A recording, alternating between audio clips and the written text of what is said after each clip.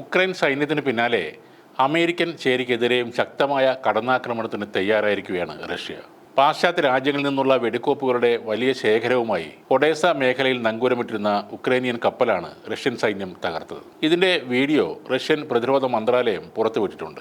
ഒഡേസയിൽ നിന്ന് 30 കിലോമീറ്റർ കിഴക്ക് സ്ഥിതി ചെയ്യുന്ന യൂഷ്നി തുറമുഖത്ത് നങ്കൂരമിട്ട കപ്പലാണ് റഷ്യ ബാലിസ്റ്റിക് മിസൈൽ ആക്രമണത്തിലൂടെ തകർത്തിരിക്കുന്നത്. ആയുധങ്ങളും വെടിക്കോപ്പുകളും കപ്പലിൽ നിന്നും ഇറക്കുന്നതിനിടെയാണ് റഷ്യയുടെ മിസൈൽ ആക്രമണം ഉണ്ടായത്. വെടിമരുന്ന് പൊട്ടിത്തെറിക്കുന്ന ദൃശ്യം ഉക്രൈനെ മാത്രമല്ല അമേരിക്കയെയും യൂറോപ്യൻ രാജ്യങ്ങളെയും ഞെട്ടിക്കുന്നതാണ്. യൂറോപ്പിൽ നിന്നാണ് ആയുധങ്ങളും യുദ്ധോപകരണങ്ങളും കയറ്റുമതി ചെയ്തതെന്നാണ് റഷ്യൻ സൈന്യം വ്യക്തമാക്കിയിരിക്കുന്നത്. ഉക്രൈനിന്റെ സ്റ്റേജിംഗ് ഏരിയകൾ, കമാൻഡ് ആൻഡ് കൺട്രോൾ സെന്ററുകൾ, എയർഫീൽഡുകൾ, പ്രതിരോധ വ്യാവസായിക സൗകര്യങ്ങൾ എന്നിവ ആക്രമിക്കാൻ 500 കിലോമീറ്റർ വരെ സഞ്ചരിക്കാനും 700 കിലോഗ്രാം വരെ സ്ഫോടക വസ്തുക്കൾ വഹിക്കാനും ശേഷിയുള്ള മിസൈലുകളാണ് റഷ്യ ഇപ്പോൾ ഉപയോഗിക്കുന്നത്. ഈ മിസൈലുകൾക്ക് സെക്കൻഡിൽ 2 കിലോമീറ്ററിലധികം ഹൈപ്പർസോണിക് വേഗതയിൽ സഞ്ചരിക്കാനും കഴിയും. അമേരിക്കയും സഖ്യകക്ഷികളും നൽകുന്ന ആയുധങ്ങൾ ഉപയോഗിച്ചാണ് ഉക്രൈൻ സൈന്യം തുടക്കം മുതൽ റഷ്യയുമായി ഏറ്റുമുട്ടുന്നത്.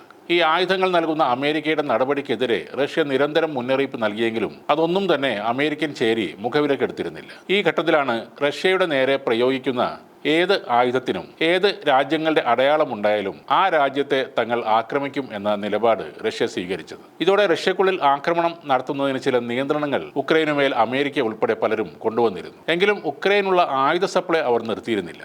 അതോടെയാണ് ആയുധങ്ങൾ കൊണ്ടുവരുന്ന കപ്പലുകളും വിമാനങ്ങളും ആക്രമിക്കാൻ റഷ്യൻ സൈന്യം തീരുമാനിച്ചത്. അമേരിക്കൻ സൈനിക സഹായം എത്തിക്കുന്നതിനുള്ള നിർണായക പോയിന്റുകളായി പ്രവർത്തിക്കുന്ന ഉക്രൈന്റെ തീരപ്രദേശങ്ങളിലും തുറമുഖങ്ങളിലും വ്യാപകമായ ആക്രമണമാണ് റഷ്യ ഇപ്പോൾ അഴിച്ചുവിടുന്നത്. ഇതിന്റെ തുടർച്ചയായാണ് ഉക്രൈൻ കപ്പലിനെ തന്നെ റഷ്യ ഇപ്പോൾ കടലിൽ മുക്കിക്കളഞ്ഞിരിക്കുന്നത്. ഇനി ഉക്രൈനുള്ള ആയുധവുമായി അമേരിക്കയുടെ എന്നല്ല ഏത് രാജ്യത്തിലെ കപ്പൽ വന്നാലും എല്ലാത്തിനെയും ആക്രമിക്കും എന്ന് തന്നെയാണ് റഷ്യയുടെ തീരുമാനം. നിക്കോളവ് മേഖലയിൽ ആയുധങ്ങൾ നിറച്ചു വന്ന ഒരു ട്രെയിനും റഷ്യൻ സൈന്യം തകർത്തിട്ടുണ്ട്. റഷ്യ പഴയ സോവിയറ്റ് ബോംബുകൾ, ഗ്ലൈഡ് കിറ്റുകൾ ഉപയോഗിച്ച് വ്യാപകമായി ഘടിപ്പിച്ച് ദീർഘദൂര ഗൈഡഡ് ആയുധങ്ങളാക്കി മാറ്റുകയാണ്. ഇതും ഉക്രൈൻ സൈന്യത്തിന് ഇപ്പോൾ വിനാശകരമായി മാറുകയാണ്. ഇതുവരെ ഈ രീതിയിൽ നവീകരിച്ച ഏറ്റവും വലിയ വേരിയന്റിന് 37 മൈൽ വരെ ദൂരെയുള്ള ലക്ഷ്യങ്ങൾ ആക്രമിക്കാൻ കഴിയും. ഉക്രൈൻ റഷ്യ സംഘർഷം ഇപ്പോൾ മറ്റൊരു രൂപത്തിലേക്ക് നീങ്ങുന്നതിൻ്റെ സൂചന കൂടിയാണത്.